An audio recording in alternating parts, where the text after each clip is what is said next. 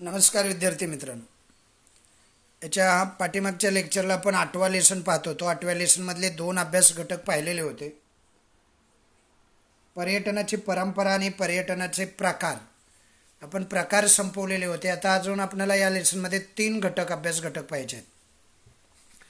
त्यातला पहिला अभ्यास घटक म्हणजे तिसरा अभ्यास घटक आहे पर्यटनाचा विकास. चौथा आहे ऐतिहासिक स्थळाचं जतन आणि संवर्धन. 5वा आहे ऐतिहासिक आणि आतिथ्य क्षेत्रातील व्यावसायिक संधी. असे 3 घटक आपल्याला पाहिजे आहेत. एकूण तुमचे 9 लेसन आहेत. त्यामधला हा सेकंड लास्ट लेसन आहे, 8वा, पर्यटन आणि इतिहास नावाचा. ओके.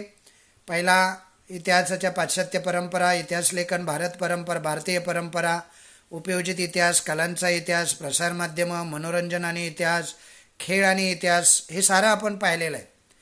आज आपण पर्यटन आणि इतिहास पाहणार आहोत. त्यातला दुसरा जो भाग आहे, तिसरा भाग, तिसरा, चौथा आणि 5वा अभ्यास घटक आज पाहणार आहे. पहिलं जे लेक्चर झालं पर्यटन आणि इतिहासवर, त्यावरती पर्यटनाची परंपरा आणि पर्यटनाचे प्रकार झालेले आहेत. आज राहिलेला उर्वरित जो भाग आहे तो आज आपण शिकणार आहोत. तत्पूर्वी तुम्हा सर्वांचं प्रगतीच्या यूट्यूब चॅनेलवरती स्वागत आहे. प्रगती क्लासेसचे सर्व विद्यार्थी, गुरुप्रसाद क्लासेसचे सर्व विद्यार्थी, शिक्षक, पालक, सर्वांना माझा नमस्कार. पर्यटनाचा विकास आपल्याला पाहायचा आहे. पर्यटनाचे वेगवेगळे प्रकार पाहिले. त्या प्रकारामध्ये आपण ऐतिहासिक पर्यटन पाहिलं, नंतर कृषी पर्यटन पाहिलं, आरोग्य पर्यटन पाहिलं, नैमित्तिक पर्यटन पाहिलं. असे वेगवेगळे पर्यटनाचे प्रकार पाहिले. वेगवेगळे पर्यटनाच्या परंपरा आणि जी प्रवास वर्णनं, प्रवास करण्यासाठी जे पर्यटक, प्रवासी ज्याला म्हणतात, ते आले भारतामध्ये. त्यामध्ये एक होता, पहिला होता बेंजामिन टुडे, दुसरा मार्को पोलो होता, इब्न बतुता होता, ग्रेरहार्ट मर्केटर होता. असे अनेक प्रवासी इथं आले. नंतर तीर्थक्षेत्राचं आपण पर्यटन पाहिलं, पर्यटनाचे वेगवेगळे प्रकार पाहिले. आज आपण पर्यटनाचा विकास पाहणार आहोत. काय पाहणार आहोत? पर्यटनाचा विकास. तर हा जो पर्यटनाचा विकास आहे, देशी आणि परदेशी पर्यटकाचे उद्बोधन, हा पर्यटनाचा सर्वात महत्त्वाचा उद्देश असतो. उद्बोधन करणं, देशी पर्यटक आणि त्याचबरोबर परदेशी पर्यटक, दोन्ही पर्यटक. आता उद्बोधन हा शब्द जो आहे तो अवेअरनेस या शब्दालाच समानार्थी पॅरलल शब्द आहे. म्हणजे त्यांच्यामध्ये अवेअरनेस आणायचं, जनजागृती करायची, त्यांना त्यांचं महत्त्व पटवून सांगायचं. पर्यटनाचा विकास करत असताना उद्बोधन फार महत्त्वाचं असतं. आणि 2 प्रकारचे हे प्रवासी पर्यटक असतात, एक देशी आणि दुसरे कोणते? परदेशी. देशी आणि परदेशी पर्यटकांचं उद्बोधन करणं, त्यांना त्याची माहिती पोचवणं. बऱ्याच राज्यांनी, भारत सरकारनं सुद्धा भारतीय पर्यटनाच्या विकासाला चालना देण्यासाठी, भारतीय पर्यटनाचा विकास करण्यासाठी बरेचसे अँबॅसिडरसुद्धा नेमलेले आहेत. समजलं. मी तुम्हाला एक उदाहरणही सांगितलं. गुजरात सरकारनं अमिताभ बच्चनसारख्या हा अभिनेत्याला आपला अँबॅसिडर, ब्रँड अँबॅसिडर पर्यटनाचा नेमलेला आहे. आणि तो गुजरातमधील अनेक गोष्टीबद्दल, ऐतिहासिक ठेव्यांबद्दल, वास्तूंबद्दल सांगताना आपल्याला टी व्हीवरती दिसतो. तर हे उद्बोधन फार महत्त्वाचं असतं. त्यानंतर पर्यटकांची वाहतूक, म्हणजे प्रवास करत असताना कोणत्याही पद्धतीची अडचण त्याला येऊ नये. शिवाय पर्यटनासाठी आलेले बाहेरचे जे पर्यटक असतात त्यांचं संरक्षण, म्हणजे सुरक्षितता, वाहतूक, उद्बोधन, हे पर्यटनामधले अत्यंत महत्त्वाचे घटक आहेत. ते लक्षात ठेवायचे. एक उद्बोधन, दुसरा वाहतूक आणि तिसरा सुरक्षितता. त्याचबरोबर प्रवासामध्ये जे सुखसोयी पर्यटकांना असाव्या लागतात किंवा उत्तम दर्जाचं निवासस्थान, निवासाची जागा उपलब्ध करून द्यावी लागते.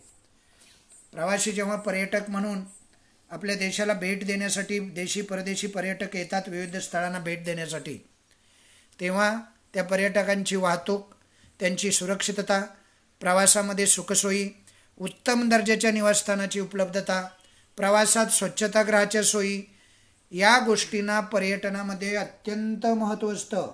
स्वच्छतागृहापासून ते वाहतुकीपर्यंत, सुरक्षिततेपर्यंत, सुखसोयी, निवासस्थान, या घटकांना पर्यटनामध्ये अत्यंत महत्त्व असतं.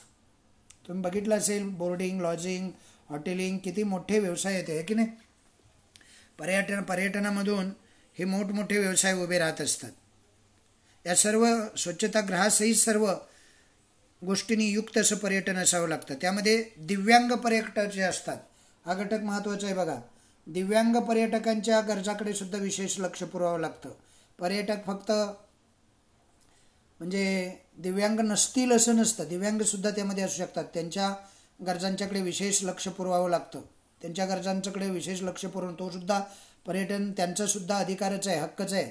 ऐतिहासिक वारशाच्या जतनासाठी आपणास काही काळजी घेणे आवश्यक असतं. म्हणजे जे ऐतिहासिक वारसे असतात त्याचं आपल्याला जतन करावं लागतं.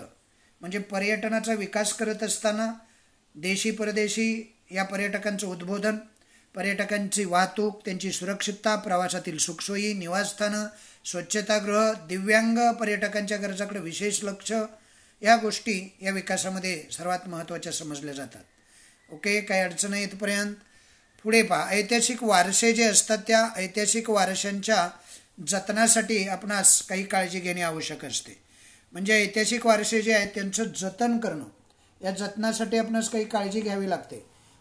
ऐतिहासिक वारशाच्या स्थळाचे विद्रुपीकरण करणे, भिंतीवर मजकूर लिहिणे, झाडावर कोरणे, जुन्या वस्तू भडक रंगात रंगवणे, परिसरस्थळी सुविधांचा अभाव असणे, ज्या योग्य अस्वच्छता वाढते आणि त्यासारख्या या गोष्टी आपल्याला टाळायला पाहिजेत. बऱ्याच वेळेला आपण सुद्धा बघा, शिकलेले लोकसुद्धा जेव्हा पर्यटनाला जातो, सहलीला जातो आणि एखादी ऐतिहासिक वास्तू किंवा ऐतिहासिक वारसा आपल्याला तिथं पाहायला मिळतो, एकीकडे आपण म्हणतो ऐतिहासिक वारशाचं जतन केलं पाहिजे, त्याची काळजी घेतली पाहिजे, आणि दुसरीकडे अशा ऐतिहासिक वारशाच्या स्थळाचं विद्रुपीकरण सुद्धा करण्यास आपणच कारणीभूत असतो.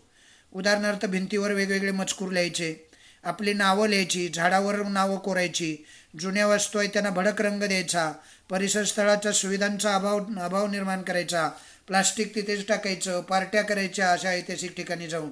असे वेगवेगळे घटक असतात जे घटक त्या परिसराला विद्रुपीकरण प्राप्त म्हणजे विद्रुपीकरणासाठी कारणीभूत ठरतात.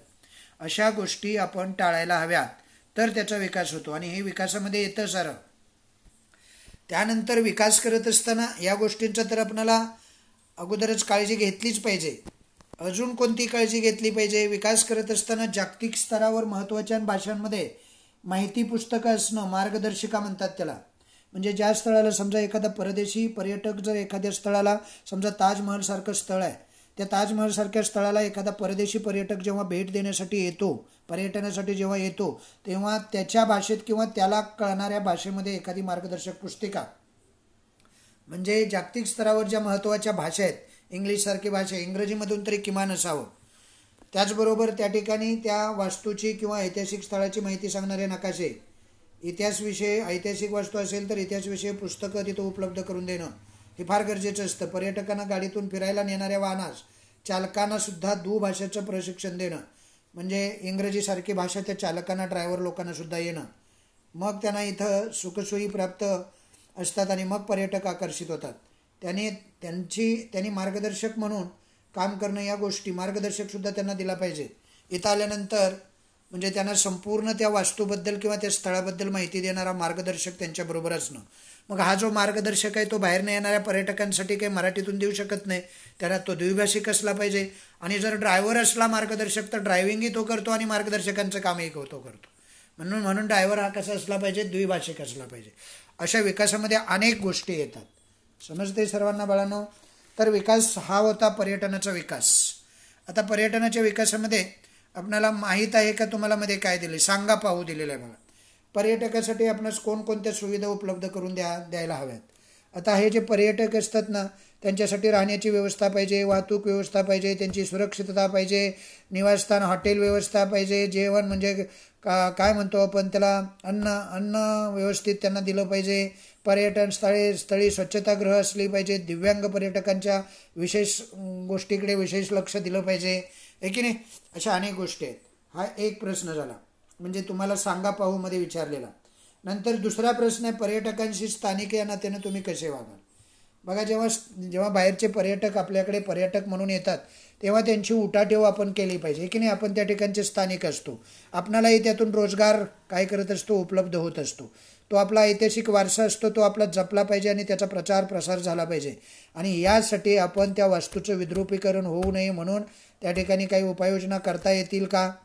किंवा पर्यटनपूर्वक काही महत्त्वाच्या गोष्टी, महत्त्वाच्या बाबी, चांगल्या पद्धतीचं निवासस्थान उपलब्ध करून देता येईल का, चांगल्या पद्धतीचे अन्नपदार्थ त्यांना देता येईल का, पर्यटकाची फसवणूक कशी होणार नाही, स्थानिक म्हणून आपली कर्तव्य आहेत, ती सारी कर्तव्य आपण पार पाडली पाहिजेत. समजते सर्वांना. तर स्थानिक म्हणून सुद्धा आपली काही कर्तव्य असतात. म्हणजे त्या ठिकाणी आपण राहत असतो आणि त्याच्यावरतीच आपल्या पिढ्यानपिढ्यांच्या उपजीविका चालू असतात. समजलं. हेरिटेज, ऐतिहासिक वारसा लाभलेली ही जी ठिकाणं असतात त्या ठिकाणी अनेक जणांच्या उदरनिर्वाहाची ती साधनं बनलेली असतात आणि म्हणून आपलासुद्धा त्यामध्ये काहीतरी वाटा असला पाहिजे की नाही. मग आपण त्यांचं जतन करण्यासाठी प्रयत्न केला पाहिजे. ओके. चला पुढे बघा काय विचारलेलं आहे. पुढे अजून एक कॉलम वरच्या बाजूला दिलेला आहे, माहीत करून घ्या. स्वच्छ भारत अभियानाची माहिती करून द्यायला सांगितलेली आहे. आता सध्या नरेंद्र मोदी पंतप्रधान झाल्यापासून त्याने स्वच्छ भारत अभियान तुम्ही पाहिलं असेल, ऐकलं असेल, बातम्यामध्ये सांगत असतात. स्वच्छ भारत अभियान म्हणजे भारतामध्ये गंदगी जी साठलेली आहे प्रत्येक जण त्याचा हिस्सा असला पाहिजे या स्वच्छ भारत अभियानाचा. प्रत्येकानं ती काळजी घेतली पाहिजे. कचऱ्याची विल्हेवाट लावताना ओला सुका वेगळा केला पाहिजे, योग्य ठिकाणी त्याची विल्हेवाट लावली पाहिजे. आपल्यामुळं कुठं अस्वच्छता होऊ नये अशा पद्धतीचं अनेक काळजी, त्याची माहिती तुम्हाला वेबसाईटवरती आहे सर्व, ती तुम्हाला माहिती गोळा करायला सांगितलेली आहे. अशा पद्धतीनं हा झाला पर्यटनाचा विकास आणि विकास करण्यासाठी आवश्यक असणाऱ्या गोष्टी आपण पाहिल्या. पुन्हा एकदा सांगतो तुम्हाला, पर्यटनाची जी परंपरा आहे त्यामध्ये विकासाला फार महत्त्व आहे. पर्यटनाचा विकास होणं, मग विकास झाल्यानंतर त्याकडे पर्यटक आकर्षित होतात. त्यासाठी पर्यटकासाठी सोयी असणं गरजेचं असतं. मग कोणकोणत्या सोयी असणं गरजेचं आहे. त्यातली पहिली सोय आहे सुखकारक आणि उत्तम वाहतुकीची सुविधा. नंतर दुसरी सोय पाहिजे, प्रवाशांना सुरक्षिततेची हमी मिळाली पाहिजे. समजलं. नंतर चांगल्या दर्जाची निवासस्थानं असली पाहिजेत, चांगल्या दर्जाची हॉटेल व्यवस्था असली पाहिजे. प्रवासात पर्यटनस्थळी स्वच्छ प्रसाधनगृहाची किंवा स्वच्छतागृहाची उपलब्धता असली पाहिजे. दिव्यांग व्यक्तींच्या गरजाकडे विशेष लक्ष दिलं पाहिजे. अशा अनेक सोयी केल्यानंतर मग पर्यटनाचा विकास होतो. नंतर ऐतिहासिक वस्तू जे आहे त्या ऐतिहासिक वस्तूची आपण स्वतःहून काळजी घेतलेली असली पाहिजे. म्हणजे कसं, ऐतिहासिक वस्तूचे विद्रुपीकरण आपल्याकडून होऊ नये याची काळजी घेतली पाहिजे. भिंतीवर झाडावर नावं कोरणं, मजकूर लिहिणं हे आपण टाळलं पाहिजे. जुन्या वस्तूंना भडक रंग देणं, स्वच्छता करणं हे सुद्धा आपण टाळलं पाहिजे. अशा पवित्र ठिकाणी किंवा ऐतिहासिक ठिकाणी पार्टीला जाणं, पार्ट्या करणं, प्लास्टिकच्या बॅगा बाटल्या तिथं फेकून देणं आणि अस्वच्छता करणं हे आपण टाळलं पाहिजे. परिसरस्थळी असुविधा, अस्वच्छता असू नये. अशा अनेक पद्धतीची काळजी सोयी केल्यानंतर मग पर्यटन विकासामध्ये वाढ होते. समजलं. आणि पर्यटनपूर्वक महत्त्वाच्या ज्या बाबी असतात त्यासुद्धा आपण पाळल्या पाहिजेत. म्हणजे पर्यटन स्थळाची माहिती स्थानिक भाषेत आणि इंग्रजीत लिहिलेली एखादं फलक असावं, पुस्तक असावं, नकाशे असावेत, माहिती पुस्तिका, मार्गदर्शिका, नकाशे, इतिहास याविषयी पत्रकं आणि पुस्तकं असली पाहिजेत.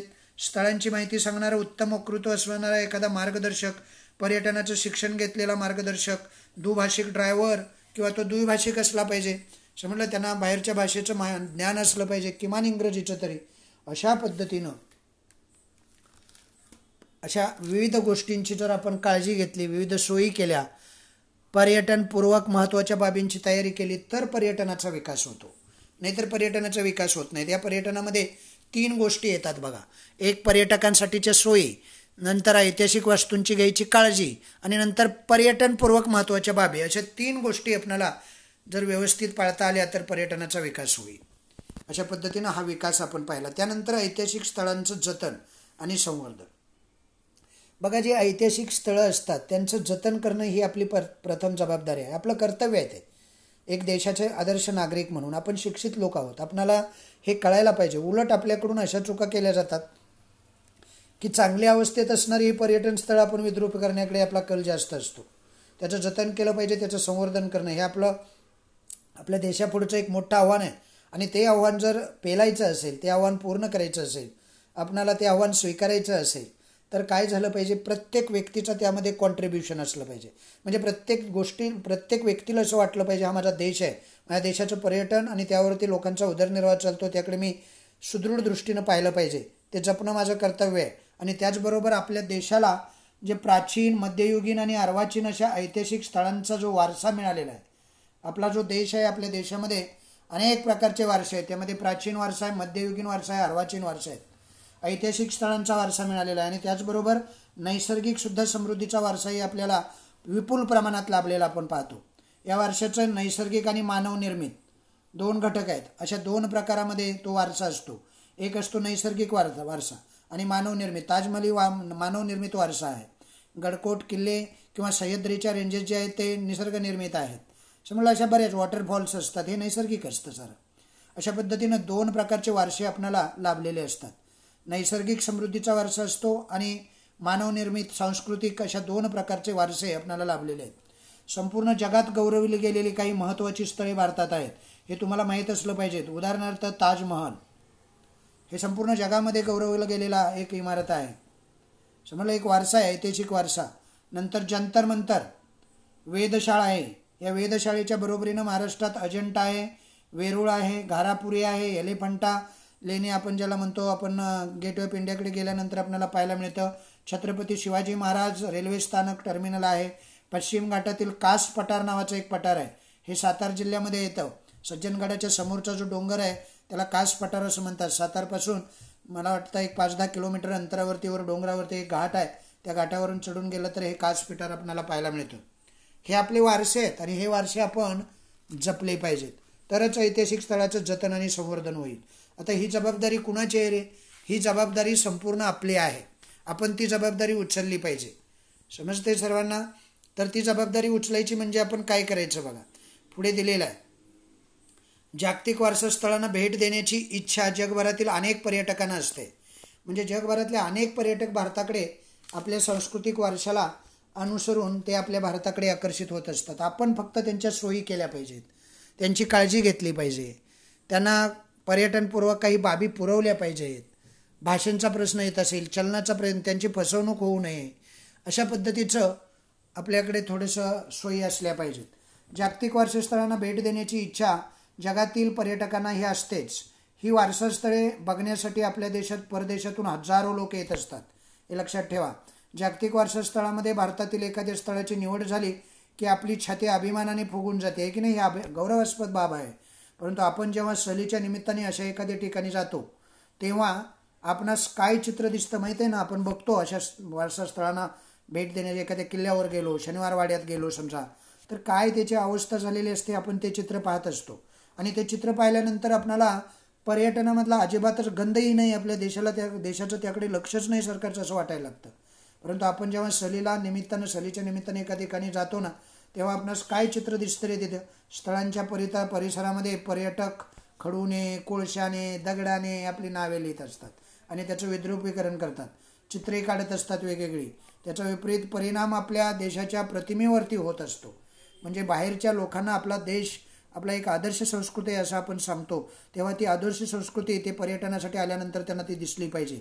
समजलं? आपल्या देशाच्या प्रतिमेवर परिणाम होईल असं आपण वागू नये. पर्यटन स्थळाच्या जतनासाठी पुढील निश्चय करणं गरजेचं आहे. आपण निश्चय काही केले पाहिजेत, ते निश्चय करणं गरजेचं आहे. कोणकोणते निश्चय करणं गरजेचं आहे बघा. 2 निश्चय इथं दिलेले आहेत, आहे की नाही? कोणकोणते निश्चय आहेत रे? हा पहिला निश्चय लक्षात ठेवा. एक आहे पर्यटन स्थळाची स्वच्छता राखणार. समजलं? कचरा टाकणार नाही. आपण तयार केलेला कचरा बॅगेत पिशवीत भरून योग्य ठिकाणी त्याची विल्हेवाट लावली पाहिजे. बऱ्याच वेळेला सहलीला आपण जातो, पर्यटन स्थळांना भेट देण्यासाठी, ऐतिहासिक वारशांना भेट देण्यासाठी जातो आणि त्या ठिकाणी आपण पाणी, वॉटर बॉटल घेतलेली असते ती तिथंच फेकतो, प्लास्टिकच्या पिशव्या तिथंच फेकतो, पॅकिंग पेपर तिथंच फेकतो, आहे की नाही? कचरा करून येतो. अशा पद्धतीचं माझ्या हातून होणार नाही अशी काळजी आपण घेतली पाहिजे. निर्णय घेतला पाहिजे, निश्चय केला पाहिजे. आणि दुसरा निश्चय आहे, हा झाला पहिला. दुसरा आहे, कोणत्याही ऐतिहासिक वस्तूचे विद्रुपीकरण आपल्याकडून प्रत्येकानं त्याची काळजी घेतली नाही. माझ्याकडून किमान कोणत्याही ऐतिहासिक वस्तूचं विद्रुपीकरण होणार नाही याचा निश्चय मी केला पाहिजे. अशा पद्धतीनं हे जे पर्यटन आणि पर्यटनाचे वेगवेगळे जे ठिकाणं आहेत त्या ठिकाणामध्ये आपण जेव्हा हे विद्रुपीकरण पाहतो, म्हणजे ऐतिहासिक स्थळाचं जतन आणि संवर्धनामध्ये या गोष्टी आपल्याला पाहायला मिळत असतात. वेगवेगळ्या ठिकाणी आपण जात असतो, सहलीच्या निमित्तानं जात असतो, तेव्हा असे निश्चय करून आपण गेलं पाहिजे की माझ्या हातून विद्रुपीकरण काही होणार नाही, असे निश्चय आपणाला करणं गरजेचं आहे. ते आपलं काम आहे. ओके, अशा पद्धतीनं या ठिकाणी आपण हा जो मुद्दा होता, 4था अभ्यास घटक ऐतिहासिक स्थळाचं जतन आणि संवर्धन पाहिलेलं आहे. त्यामध्ये बघा इकडे पिक्चर काही दिलेली बघायची राहिली आपली. कास पठार दिलेला आहे. बघितलं का तुम्ही बाळांनो? हे जे कास पठार आहे ना ते सुद्धा ऐतिहासिक असा वारसा आहे. आपल्या महाराष्ट्रामध्ये सातारा जिल्ह्यामध्ये सातारा सिटीच्या बाजूलाच हा कास पठार आहे. 700-800 प्रकारची फुलं या कास पठारावरती येतात. ती कुणीही लावलेली नाही, तशीच येतात. कोणी आणली, कशी आणली, काय झालं, कुणालाही त्याची काही कल्पना नाही. आणि फार पूर्वीपासून हे ऐतिहासिक स्थळ इथं प्रसिद्ध आहे. तुम्ही चित्रात बघताय त्याच्यापेक्षा सुंदर असं दृश्य, मनोरम असं दृश्य. बाजूलाच उरमोडी नदी आहे. त्या उरमोडी नदीवरती धरण बांधलेलं आहे, उरमोडी धरण म्हणून. आणि त्या डोंगराखालून बोगदा काढून सातारच्या काही भागाला पाणी पुरवलेलं आहे. प्रचंड महत्त्वाकांक्षी असे प्रोजेक्ट तिथं उभा राहिलेले आहेत. आणि जगभरातले लोक कास पठार पाहण्यासाठी इथं कास पठारावरती येत असतात. आपणही गेलं पाहिजे आणि आपणालाही त्याचं महत्त्व समजलं पाहिजे. त्या ठिकाणी गेल्यानंतर चुकीच्या कृती आपल्याकडून होऊ नयेत याचीही आपण काळजी घेतली पाहिजे. त्यानंतर करुण पहामध्ये आणि अजून एक घारापुरी लेणी दिलेली आहे पहा. एलिफंटा ज्याला आपण म्हणतो घारापुरी. त्या घारापुरी लेणीमधल्या काही मूर्ती इथं दिलेल्या आहेत. हे वारसा स्थळ आहेत आपली. करुण पहामध्ये काय विचारलं आहे? आंतरजालाच्या सहाय्यानं नेटच्या म्हणजे आंतरजाल म्हणजे नेटच्या सहाय्यानं भारतातील सांस्कृतिक, नैसर्गिक आणि संमिश्र ऐतिहासिक वारसा स्थळांची चित्रे जमवा आणि त्याचा संग्रह करायला सांगितलेला आहे. कास पठार बघितलं किती सुंदर असं कास पठार आहे ते. कधी वेळ मिळाला तर ऑक्टोबर महिन्यात जावं लागतं. मग तिथं फुलं आपल्याला पाहायला मिळतात. ओके. नंतर आपल्याला शेवटच्या मुद्द्याकडे वळायचं आहे. हा पर्यटन आणि पर्यटनाचा इतिहास या लेसनमधला हा शेवटचा मुद्दा आहे. 5वा अभ्यास घटक आहे. तो आपल्याला या ठिकाणी अभ्यासायचा आहे. काय आहे रे तो अभ्यास घटक? आहे सांगा बघू कोणता आहे शेवटचा? ऐतिहासिक स्थळं झाल्यानंतर पर्यटन आणि आतिथ्य क्षेत्रातील व्यावसायिक संधी आहेत. म्हणजे हे जे पर्यटन क्षेत्र आहे त्यामध्ये आपल्याला कोणकोणत्या व्यवसायाच्या संधी प्राप्त होतात. बघा, पर्यटन हा सर्वाधिक रोजगार निर्माण करणारा उद्योग आहे आणि तो होऊ शकतो. सर्वाधिक रोजगार उपलब्ध होऊ शकतात. त्यामुळं आपण जर त्याकडे व्यावसायिक पद्धतीनं लक्ष दिलं, व्यावसायिक दृष्टीनं पाहिलं तर हा एक कायमस्वरूपी व्यवसाय आहे आणि त्यात नाविन्यपूर्ण प्रयोग करण्यास प्रचंड संधी आहे. म्हणजे नवनवीन प्रयोग आपण तिकडे करू शकतो. तेवढा विकसित झालेला नाही आहे तो. त्याचा विकास आपण करण्यास तिथं वाव आहे. आपणाला संधी आहे एक प्रकारची. पर्यटनामुळे अनेक लोकांसाठी रोजगाराची संधी निर्माण होते. परदेशी पर्यटकाने विमानतळावर पाऊल ठेवण्याआधीपासून ते भेट देणाऱ्या देशाला उत्पन्न मिळवून देण्यास सुरुवात होते. समजलं, जेव्हा ते भारतीय विमानाचं तिकीट काढतात तेव्हा तो त्यांचा जो पैसा असतो तो भारताकडे येतो. समजलं, म्हणजे अधिक उत्पन्नामध्ये वाढ होते आपल्या. त्याने भरलेला विजा जो असतो, ती विजा फी असते, त्या विजा फीमुळे सुद्धा आपल्या देशाला महसूल मिळतो. प्रवास खर्च असतो, त्या प्रवास खर्चामुळे सुद्धा आपणाला इजाफा होतो. त्याचबरोबर हॉटेलमध्ये राहणं असतं, हॉटेलमध्ये राहण्याचा सुद्धा आपणाला बराचसा पैसा त्यातून आपणाला उपलब्ध होतो. आपला हॉटेल व्यवसायसुद्धा प्रचंड प्रमाणात हा वाढत जातो. हॉटेलात राहणं, नंतर जेवण, दुभाषेची मदत म्हणजे एक मार्गदर्शक, वर्तमानपत्रे, संदर्भ साहित्य विकत घेणं, आठवण म्हणून स्थानिक वस्तू विकत घेणं, हे वेगवेगळ्या गोष्टी, एवढ्या गोष्टी पर्यटक मायदेशीच्या येईपर्यंत करत असतो. आणि या शृंखलेमध्ये बराचसा पैसा आपल्या देशाला उपलब्ध होतो आणि आपली अर्थव्यवस्था सुधारते. पर्यटन हे सुद्धा फार मोठं क्षेत्र आहे. म्हणजे आपण जसं पाहतो एखाद्या सहलीला गेल्यानंतर एखाद्या ठिकाणाकडे, तसं नाही आहे. देशी परदेशी पर्यटक अत्यंत आनंदानं आणि मनोरंजनाचं साधन म्हणून याच्याकडे पाहत असतात आणि ते येत असतात. पर्यटन केंद्राच्या परिसरामध्ये बाजारपेठांचा विस्तार मोठा होत जातो. त्या ठिकाणी हस्तउद्योग उदयाला येतात, कुटीर उद्योग उद्योगाला येतात आणि मग त्यांचा विकास होत जातो. त्या वस्तूंच्या खरेदी विक्रीत वाढ होते या पर्यटकांच्यामुळे. उदाहरणार्थ स्थानिक खाद्यपदार्थ असतात, त्या ठिकाणी स्थानिक खाद्यपदार्थ तयार करून या पर्यटकांची सोय केली जाते, म्हणजे जेवणाची सोय म्हणतो त्याला आपण. नंतर हस्तकौशल्य असतात आणि त्या हस्तकौशल्याच्या सहाय्यानं तयार केलेल्या वस्तू या गोष्टी पर्यटक आवडीने खरेदी करत असतात. त्या ठिकाणची आठवण म्हणून ते खरेदी करून आपल्या मायदेशी परत जाताना घेऊन जात असतात आणि त्यामुळं स्थानिकांच्या रोजगारात वाढ होते. वेगवेगळ्या पद्धतीची वाढ, वेगवेगळ्या पद्धतीची क्षेत्र किंवा वेगवेगळ्या पद्धतीच्या संधी या व्यवसायाच्या संधी या क्षेत्रामध्ये आपल्याला पाहायला मिळतात. नंतर वारसा मुसाफिरी, हेरिटेज वॉक म्हणतात त्याला. ही मुसाफिरी जी आहे ती सुद्धा आपल्याला मिळालेला एक वारसाच आहे पहा. तर ऐतिहासिक वारसास्थळाला भेट देण्यासाठी जाणे याला हेरिटेज वॉक असं म्हणतात. म्हणजे वेगवेगळी जी वारसास्थळं आहेत त्याला भेट देण्यासाठी आपण जायचं पर्यटक म्हणून, त्याला हेरिटेज वॉक असं म्हणतात. जेथे इतिहास घडला तेथे प्रत्यक्ष जाऊन इतिहास जाणून घेणं अनुभूती किंवा ही अनुभूती हेरिटेज वॉकमध्ये आपल्याला येत असते. जगभर अशा प्रकारचे उपक्रम चालवले जातात. भारतात शेकडो वर्षाचा इतिहास आहे आणि भारतातील प्रत्येक राज्यात ऐतिहासिक स्थळं आहेत. एकही राज्य असं नाही जिथं ऐतिहासिक स्थळं नाहीत. यात प्राचीन, मध्ययुगीन आणि आधुनिक अशा तिन्ही प्रकारची स्थळं आपल्याला पाहायला मिळतात. गुजरातमधील अहमदाबाद शहरामध्ये हेरिटेज वॉक प्रसिद्ध आहे. समजलं, अहमदाबाद शहरामध्ये गेलात ना तिथं अनेक ऐतिहासिक वास्तू तुम्हाला या हेरिटेज वॉकमध्ये दाखवल्या जातात. महाराष्ट्रात मुंबई, पुणे या शहरामध्ये सुद्धा या उपक्रमाचं आयोजन केलेलं आहे. हेरिटेज वॉक म्हणतात. या ठिकाणी आल्यानंतर म्हणजे ऐतिहासिक स्थळांना वेगवेगळ्या भेटी देणं. महाराष्ट्रात आल्यानंतर मुंबई, पुणे या शहरामध्ये या उपक्रमाचं आयोजन केलं जातं. त्यामुळे ऐतिहासिक वास्तू जे आहेत त्यांचं जतन करणं, त्यांची माहिती जमवणं आणि जगभर विविध माध्यमातून पोहोचवणं इत्यादी उपक्रम चालवले जातात. ऐतिहासिक व्यक्तीची निवासस्थानं ही सुद्धा ऐतिहासिक वारशामध्ये येतात. म्हणजे राजवाडे वगैरे, छत्रपतींनी बांधलेला राजवाडा हा ऐतिहासिक वारशामध्ये येतो. शाहू महाराजांचा राजवाडा कोल्हापूरचा हा ऐतिहासिक, त्यांनी बांधलेला तलाव, रंकाळा हा ऐतिहासिक वारशामध्ये येतात. सर काही ठिकाणी अशा स्थळावर नील फलक लावण्याची पद्धत आहे. समजतं तुम्हाला? अशा पद्धतीनं हे ऐतिहासिक वारसे म्हणजे फलक लावून सुद्धा यामध्ये व्यवसायाची इजाफा केला जातो. पुढे बघा, आपल्या परिसरामधील ऐतिहासिक स्थळांना भेट द्या, करून पहामध्ये सांगितलेलं आहे. म्हणजे आपल्या परिसरामध्ये अशा ऐतिहासिक स्थळं असतात पण आपलं त्याच्याकडे लक्ष नसतं. आपण तेवढ्या काळजीनं तेवढ्या बारकाईनं निरीक्षण करत नसतो आणि आपल्याला त्याचं महत्त्वही नसतं, आपल्या बाजूला असतं त्याचं. आपल्या परिसरामध्ये अशा ऐतिहासिक स्थळांना भेट देण्यासाठी शिक्षकांच्या मदतीने वारसा मुसाफिरी आयोजित करा, म्हणजे हेरिटेज वॉक अरेंज करा असं म्हटलेलं आहे. नंतर महाराष्ट्रातील पर्यटनांचा विकास, आता शेवटचं हे आर्टिकल आहे. म्हणजे महाराष्ट्रात सुद्धा असा पर्यटनाचा विकास आपल्याला केला पाहिजे, झाला आहे. महाराष्ट्र हे पर्यटनाच्या दृष्टीने कसं आहे रे, वैभवशाली आहे. वैभवशाली वारसा लाभलेलं एक राज्य. महाराष्ट्रामध्ये अजंठा आहे, महाराष्ट्रामध्ये वेरूळ आहे, घारापुरी आहे, एलिफंटा म्हणतात त्याला, यासारखी जागतिक कीर्तीची लेणी आहेत. चित्रे आणि शिल्पी पंढरपूर, शिर्डी, सेवागाव, तुळजापूर, कोल्हापूर, नाशिक, पैठण, त्र्यंबकेश्वर, देहू, आळंदी, जेजुरी अशा अनेक देवस्थानं सुद्धा इथे आहेत. म्हणजे सांस्कृतिक वारसा सुद्धा फार मोठा महाराष्ट्राला लाभलेला आहे असं म्हणायला वाव आहे. समजते? तर ही अनेक वारसास्थळं आहेत. नांदेड या ठिकाणचं गुरुद्वारा आहे, समजलं. हाजी मलंग आहे. मुंबईचं माउंट मेरी चर्च आहे. हे ऐतिहासिक वारसे आहेत. माउंट मेरी चर्च सुद्धा ऐतिहासिक वारसे आहे. महाबळेश्वर, पाचगणी, खंडाळा, लोणावळा हे नैसर्गिक वारसे आहेत. बघा, महाबळेश्वर थंड हवेचं ठिकाण आहे. लोणावळा, खंडाळा, माथेरान, पाचगणी, चिखलदरा ही महाराष्ट्रातील थंड हवेची ठिकाणं.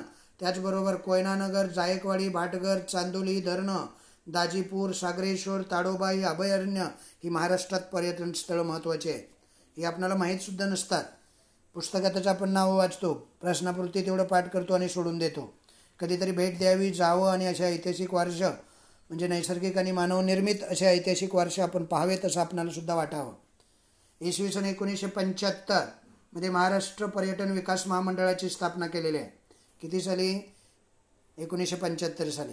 त्यामुळे पर्यटन विकासाला चालना मिळालेली आपल्याला दिसते आणि महामंडळातर्फे राज्यात 47 ठिकाणी पर्यटन निवासाची सोय केलेली आहे. म्हणजे आज जर तुम्ही किल्ल्यावरती वगैरे गेलात ऐतिहासिक वारसास्थळांना भेट देण्यासाठी तर त्या ठिकाणी राज्य शासनानंच तिथं निवासस्थानाची या महामंडळातर्फे सोय केलेली आहे. त्यात सुमारे 4,000हून अधिक पर्यटकांची निवासाची सोय होते. तसंच अनेक खाजगी व्यावसायिकही या व्यवसायात उतरलेले आहेत. अशा पद्धतीनं महाराष्ट्रसुद्धा काही पाठीमागं नाही. पुढे काय म्हटले, माहीत आहे का तुम्हाला? त्यामध्ये काय सांगितलं आहे पहा. माहीत आहे का तुम्हाला मध्ये भारतातील पहिले आगळे वेगळे पुस्तकाचं गाव, याला आपण बघा पाठीमागच्या वर्षी सहलीला गेलेलो होतो. बरीचशी मुलं आलेली होती त्या सहलीला. आपण प्रतापगड, महाबळेश्वर आणि भिलार, पाचगणीमध्ये येतं हे भिलार गाव. त्या भिलार गावावर तर आपण गेलेलो होतो आणि घराघरामध्ये हे पुस्तकाचं गाव म्हणून ओळखलं जातं. पुस्तकं कशा पद्धतीनं त्या विषयाची मांडलेली आहेत हे आपण प्रत्यक्ष पाहिलेलं आहे की नाही. सहलीला जी मुलं आली त्यांना मी प्रत्यक्ष ते सारं दाखवलेलं आहे. बघा, महाबळेश्वर या ठिकाणी जवळ असलेलं भिलार हे गाव आहे. अतिशय निसर्गरम्य आणि स्ट्रॉबेरीचा गोडवा असलेलं हे गाव. स्ट्रॉबेरी तिथली सर्वात प्रसिद्ध आहे. या पुस्तकाच्या गावामध्ये अनेक घरात पर्यटकांसाठीची पुस्तकं आहेत. वाचन चळवळ वाढावी, मराठी भाषेतील नवे जुने लेखक संत साहित्य, कथा कादंबऱ्या, कविता, ललित चरित्र, आत्मचरित्र, स्त्री चरित्र, क्रीडा, बालसाहित्य यांच्या फुललेल्या बहारदार विश्वात तुम्ही वाचनाचा आनंद घ्यावा. समजलं. सर्व प्रकारचं वाङ्मय तिथे तुम्हाला पाहायला मिळेल. नव्या जुन्या लेखकांचं वाङ्मय पाहायला मिळेल, संत साहित्य पाहायला मिळेल, कथा कादंबऱ्या पाहायला मिळतील, कविता, ललित चरित्र, आत्मचरित्र, स्त्री साहित्य, क्रीडा, बालसाहित्य यांचा फुललेला बहारदार विश्वात तुम्ही वाचनाचा आनंद घ्याल. अतिशय निसर्गरम्य अशा या गावामध्ये. यासाठी महाराष्ट्र शासनानं हा प्रकल्प राबवलेला आहे. त्या काळी शिक्षण आणि सांस्कृतिक मंत्री मला वाटतं विनोद तावडे होते. त्यांनी पुढाकार घेऊन हा प्रकल्प राबवलेला आहे. आपण पर्यटनासाठी महाबळेश्वरला गेला तर भिलार गावाला म्हणजेच पुस्तकाच्या गावाला अवश्य भेट द्यायची आहे की नाही. अशा वेळेला आपण पर्यटन म्हणून जेव्हा जातो तेव्हा अशी काही ठिकाणं आपण पाहिली पाहिजेत. तिथं जाऊनसुद्धा आपण बाकीच्या साऱ्या गोष्टी पाहून येतो, मजा करून येतो, निसर्गाचा आस्वाद घेतो, बोटिंग करतो, घोड्यावर बसतो, पण पुस्तकाच्या गावात मात्र आपण जात नाही. तर असं आपल्याकडून होऊ नये एक जबाबदार नागरिक म्हणून. माहीत आहे का तुम्हाला मध्ये काय दिलं आहे बघा बाळांनो. महाबळेश्वर, पाचगणी ही थंड हवेची ठिकाणं आहेत. समजलं. आपल्या महाराष्ट्रामधली ही अतिशय गाजलेली आणि चांगल्या प्रतीची, चांगल्या पद्धतीनं अतिशय मेंटेन केलेली, व्यवस्थापित केलेली अशी ही 2 ठिकाणं आहेत. या ठिकाणाला हजारो पर्यटक भेट देत असतात. तेथे मार्गदर्शक पर्यटकांना काही महत्त्वाच्या ठिकाणाची माहिती सांगत असतात. ते ठिकाणी दाखवतात. काही विशिष्ट ठिकाणी फोटोग्राफर फोटो काढून देतात. घोडेवाले आहेत तिथं, घोडेवाले घोड्यावरून फेरफटका मारून आणतात, घोडागाडीत फिरवतात. ही सर्व कामे, किंवा तिथं बोटिंगही आहे. एक इंग्रजांनी बांधलेला नैसर्गिक तलाव आहे त्या ठिकाणी. त्याचं नाव मी विसरलो. मी बरेच वेळेला त्या ठिकाणी गेलेलो आहे. कसला लेक आहे तो, बरं असू दे, चला आठवलं की नंतर सांगतो मी. ही सर्व कामे त्या ठिकाणचे स्थानिक लोकच करत असतात आणि त्यामुळे त्या कामातून त्यांना चांगला रोजगार मिळत असतो, व्यवसायाची संधी उपलब्ध होत असते आणि त्यांचं उपजीविकेचं जे साधन आहे ते उपजीविकेचं साधन त्यांना उपलब्ध होत असतं. नंतर समजून घ्यामध्ये काय दिलेलं आहे पहा.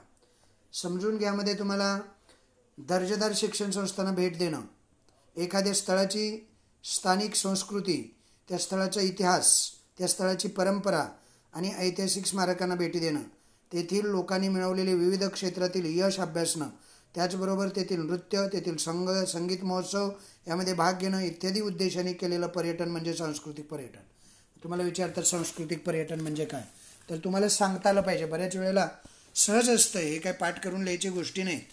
वारशाचं जतन म्हणजे काय, त्यासाठी कोणती काळजी घ्यावी, पर्यटन एक व्यवसाय, आपला वारसा कसा जपला पाहिजे, मुसाफिरी म्हणजे काय, ज्याला हेरिटेज वॉक असं म्हणतात, रोजगाराच्या संधी कशा उपलब्ध होतात, कोणकोणत्या होतात. रोजगाराच्या संधी हा सर्वात महत्त्वाचा प्रश्न आहे बरं का. म्हणजे परदेशी पर्यटकापासून आपल्याला होणारे फायदे आणि व्यवसाय किंवा रोजगाराच्या संधी हे 2 प्रश्न अत्यंत महत्त्वाचे आहेत बोर्ड परीक्षेसाठी. बघा, पर्यटकापासून आपल्याला काय फायदे मिळतात की लगेच सांगता आले पाहिजे. विजा फीमुळे देशाला महसूल मिळतो, प्रवास खर्च, हॉटेल भाडे, खाणे पिणे यामध्ये उत्पन्न मिळतं, दुभाषाचे मार्गदर्शकाचे पैसे मिळतात, वर्तमानपत्रे, लेखन संदर्भ, साहित्य, त्या ठिकाणच्या स्थानिक वस्तू खरेदी केल्यामुळे त्या लोकांना पैसे मिळतात. पर्यटन स्थळाची प्रवेश फी असते, ती त्यांना भरावी लागते.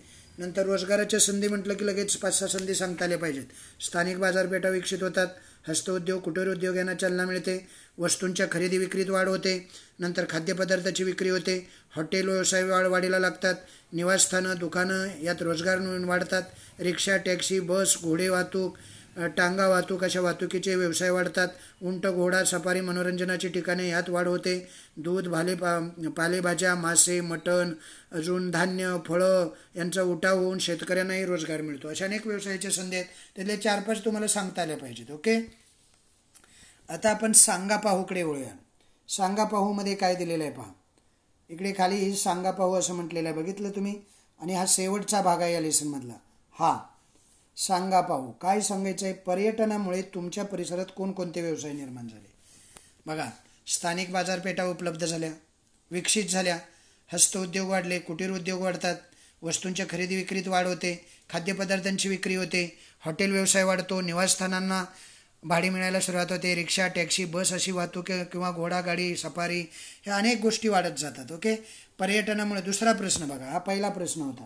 दुसरा प्रश्न आहे, पर्यटनामुळे परिसरात लोकांच्या राहणीमानात कोणता बदल झालेला दिसून येतो. राहणीमानात वेगवेगळ्या प्रकारचा बदल होतो आहे की नाही. त्यांना पैसा उपलब्ध झाल्यानंतर त्यांचं राहणीमान काय होतं, बदलत जातं.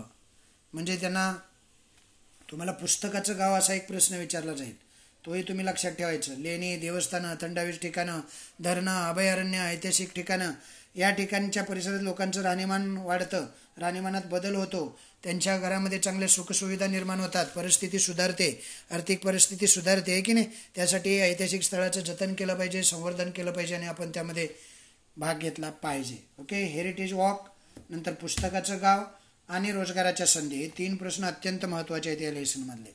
ओके, पुस्तकाचं गाव तुम्हाला पुन्हा एकदा सांगतो.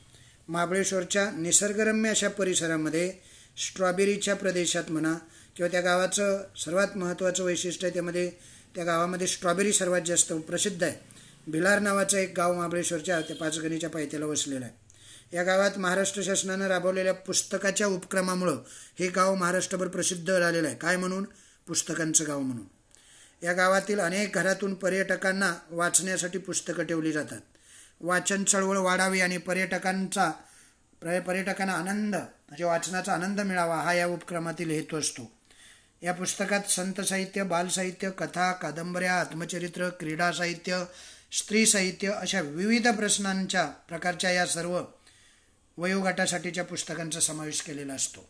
अशा पद्धतीनं हा लेसन या ठिकाणी संपलेला आहे. त्यानंतर आपण स्वाध्यायाकडे वळूया. स्वाध्याय पुन्हा एकदा त्याचा अर्थ सांगतो. स्वाध्याय हा मुलांनी सोडवायचा असतो. स्वतः अध्ययन करायचं आणि स्वतःचा अभ्यास करणं, यालाच स्वाध्याय असं म्हणतात. पण बऱ्याच वेळेला आपण फक्त गायडातला लिहून दाखवतो, शिक्षकांनी सांगितलं आहे म्हणून, ते आहे की नाही. तसं न करता पुस्तकाचं नीट वाचन करायचं, एक ना एक गोष्टी समजून घ्यायच्या, न समजलेल्या गोष्टी शिक्षकांना विचारून घ्यायच्या आणि मग स्वतःच्या भाषेमध्ये स्वाध्याय लिहायचा. त्याला महत्त्व आहे. छोटे छोटे प्रश्न विचारलेले असतात, पुस्तकात उत्तरं दिलेली असतात, फक्त आपल्या भाषेत. फार तर मार्गदर्शन म्हणून आपण ते पुस्तक गाईड वापरू शकतो. पहिला जो प्रश्न विचारलेला आहे, कोणता पहिला प्रश्न आहे रे? पहिला प्रश्न अ, रिकाम्या दिलेल्या पर्यायापैकी योग्य पर्याय निवडून विधाने पूर्ण करा. कुकने टिंबटिंब विकण्याचा एजन्सी व्यवसाय सुरू केलेला होता, हा पहिला प्रश्न आहे. आता कुकने आपल्याला माहिती आहे पर्यटन तिकीट विकण्याचा व्यवसाय, पण पर्याय अगोदर बघायचे. मला माहीत होतं म्हणून मी लगेच सांगितलं, आहे का तरी बघायचं. त्यात हस्तकौशल्याच्या वस्तू, खेळणी, खाद्यवस्तू आहे बघा. चौथं उत्तर आहे त्याचं. कोणतं उत्तर आहे? चौथं. लक्षात राहील? नक्की लक्षात राहील का बाळांनो? हे चौथं उत्तर आहे. नंतर महाबळेश्वर जवळील भिलार हे टिंबटिंब गाव म्हणून प्रसिद्ध आहे. अर्थातच पुस्तकाचं गाव म्हणून प्रसिद्ध आहे. वनस्पतीचं तर आहेच, आंब्याचं आहे, किल्ल्याचं आहे. किल्ला नाही तिथं, आंबा नाही आहेत, वनस्पती आहेत मात्र, पण ते मुख्य पुस्तकाचं गाव म्हणून प्रसिद्ध आहे. नाहीतर लाल वनस्पतीचं वगैरे. ओके. नंतर ब प्रश्नामध्ये काय विचारलेलं आहे बघा. जोड्या दिलेल्या आहेत आणि काय करायचं आहे रे? चुकीची जोडी आहे ना ती ओळखायची आणि दुरुस्ती करून लिहायची. समजलं? माथेरान थंड हवेचं ठिकाण, ही जोडी बरोबर आहे. ताडोबा. आता जोड्या ओळखायच्या म्हणजे तुम्हाला थोडंसं पुस्तकाचं ज्ञान असणं गरजेचं आहे. आता ताडोबा जे आहे ना ती जोडी चुकीची आहे बघा. ताडोबा ही लेणी नाही आहे. ताडोबा हे काय आहे रे? अभयारण्य आहे. आत्ताच आपण पुस्तकामध्ये पाहिलेलं आहे. कोल्हापूर देवस्थान बरोबर आहे. कुठलं देवस्थान आहे तिथे? महालक्ष्मी आणि ज्योतिबा. अजंठा हे जागतिक वारसा स्थळ आहे, हे बी बरोबर आहे. ताडोबा चुकीचं आहे. मग खाली उत्तर लिहायचं. चुकीची जोडी ताडोबा लेणी, दुरुस्त केलेली योग्य जोडी ताडोबा अभयारण्य, असं ती जोडी लिहायची असते. ओके. पुढे बघा. विधाने सकारण स्पष्टकरामध्ये काय विचारले? काही विधानं मी सांगतो तुम्हाला, तुम्ही काही लिहायची. एक मी सांगतो. आजच्या काळात परदेशात जाण्याचे प्रमाण वाढत चाललेलं आहे. काय करायचं आहे सांगा बघू? काय करायचं आहे? सकारण स्पष्ट करायचं आहे. आजच्या काळात परदेशात जाण्याचं प्रमाण वाढलेलं आहे. का वाढलेलं आहे? कारण जहाज, रेल्वे, विमान या वाहतूक क्षेत्रात अत्यंत प्रगती झालेली आहे आणि या प्रगतीमुळे आधुनिक काळात आंतरराष्ट्रीय पर्यटन सोपं झालेलं दिसतं. एक. दुसरा, विज्ञान आणि तंत्रज्ञानातील प्रगती आणि आर्थिक उदारीकरण, त्यामुळं जग अधिक जवळ आलेलं आहे, लोकांच्याकडे पैसा आलेला आहे, लोकांची आर्थिक परिस्थिती सुधारलेली आहे की नाही. तिसरा मुद्दा लिहिताना अभ्यास, व्यवसाय, चित्रपटाचे चित्रीकरण यासारख्या विविध कारणांनी आजकाल बरेच लोक परदेशामध्ये जातात. त्यानंतर खेळ आहे, आंतरराष्ट्रीय परिषदा आहेत, संमेलनं आहेत, ऐतिहासिक धार्मिक स्थळं पाहायची आहेत, या उद्देशाने लोक जगभर हिंडत असतात आणि त्यामुळं आजच्या काळामध्ये लोकांचे परदेशात जाण्याचं प्रमाण वाढलेलं आहे. मुख्य म्हणजे काय माहिती आहे का? असे प्रश्न लिहिताना आर्थिक गोष्ट जी असते ना ती महत्त्वाची असते. म्हणजे अर्थव्यवस्था जर सुधारली, लोकांच्याकडे आता पैसा आला म्हणून ते जायला लागले असं म्हणा. नंतर दुसरा प्रश्न आहे ना, आपण आपला नैसर्गिक आणि सांस्कृतिक वारसा जपला पाहिजे. त्याचं कारण मी तुम्हाला सांगत जातो, तुम्ही लिहायला पाहिजे ती कारणं. पुस्तकात जशा तशी ओळीनं दिलेली आहेत बघा. भारतात संपन्न असा नैसर्गिक आणि सांस्कृतिक वारसा आहे. आर्टिफिशियली आहे म्हणजे मानवनिर्मिती आहे. हा वारसा आपण जपला पाहिजे. कारण सांगतो तुम्हाला. एक कारण लिहायचं, या ऐतिहासिक वास्तू, किल्ले किंवा अजून काही इतर ठिकाणी ही भावी पिढ्यांसाठी एक मार्गदर्शक असतात. भावी पिढ्यांना आपण तो इतिहास एक प्रकारे त्या वास्तूंच्या स्वरूपात सांगत असतो. नंतर दुसरा मुद्दा लिहायचा, वारशांमुळे, या ऐतिहासिक वारशांमुळे आपल्याला प्रेरणा मिळते आणि स्फूर्ती मिळते. समजलं. जेव्हा छत्रपतींच्या किल्ल्यावर जातो तेव्हा छत्रपतींचा इतिहास आपण पाहतो तेव्हा स्फूर्ती मिळते, प्रेरणा मिळते. नंतर तिसरा मुद्दा लिहायचा, विविधतेनं नटलेला भारत आहे आणि त्यामध्ये नद्या, पर्वत, जंगलं, अभयारण्य, समुद्रकिनारे, वेगवेगळ्या इमारती, हे पाहण्यासारखे हजारो पर्यटक परदेशातून येत असतात.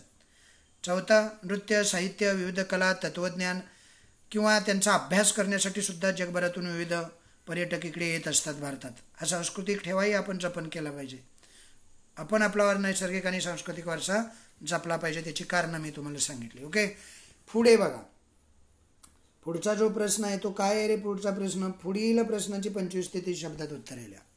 काय प्रश्न आहे? 25 ते 30 शब्दात उत्तरे देण्यासाठी काय प्रश्न दिलेले आहेत बघा. किती प्रश्न दिलेले आहेत? 3. त्यातला एक मी सांगतो तुम्हाला. पर्यटनाच्या विकासासाठी कोणती काळजी घेणे आवश्यक आहे? समजलं. हा जो प्रश्न आहे त्याचं उत्तर मी तुम्हाला सांगतो. तुम्ही बाकीचे 2 आहेत ते तुम्ही लिहा. सविस्तर उत्तरामधलाही एक सांगून जातो तुम्हाला.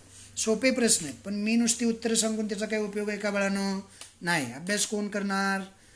तुम्हाला करायचा आहे. परीक्षा कोण देणार? तुम्ही देणार आहात. मग अभ्यास तुम्हालाच करायचा आहे. तुम्हीच ते शोधली पाहिजेत. मी सारी उत्तरं सांगितली की मग त्याचा काही उपयोग नाही. बघून लिहून सुद्धा काही उपयोग नाही. आपण आपल्या भाषेत उत्तरं तयार करायची. पहिला प्रश्न आहे, पर्यटनाच्या विकासासाठी कोणती काळजी घेणे आवश्यक आहे?